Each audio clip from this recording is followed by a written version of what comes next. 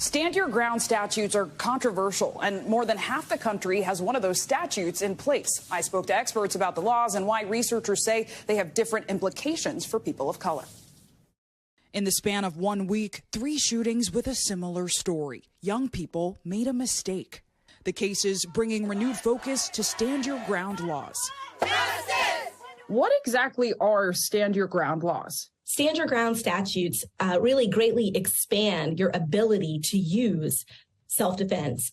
Cami Chavez is the director of the Center for Criminal Justice Policy and Reform at William & Mary College. She says most states provide some form of protection for self-defense, but at least 28 states and Puerto Rico have enacted stand your ground or similar laws. Self-defense also imposes a duty to retreat before using force. When we're talking about stand your ground statutes, is that some states have legislation that removes the duty to retreat in all circumstances. The laws have stirred controversy over the years. No justice!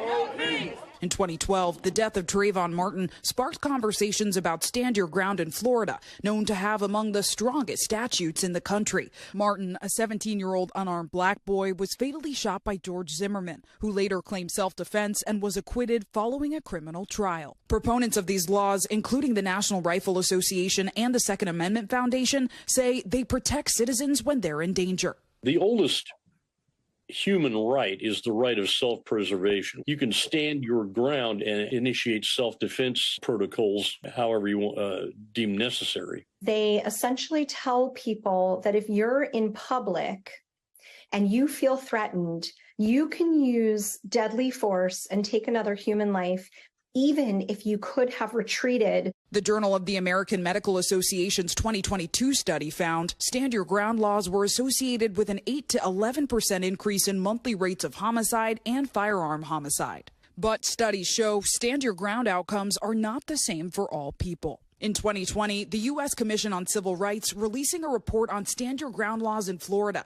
The study found cases involving a white shooter and black victims were 10 times more likely to be ruled as justified compared to a black shooter and white victims. The study also found the number of homicides of black people deemed justifiable more than doubled in stand your ground states in the 6 years after the law was implemented. In the cases of the 3 young people shot last week, Chavez says, like the laws themselves, the potential outcomes are mixed. Each case has different facts, and we're also dealing with different statutes.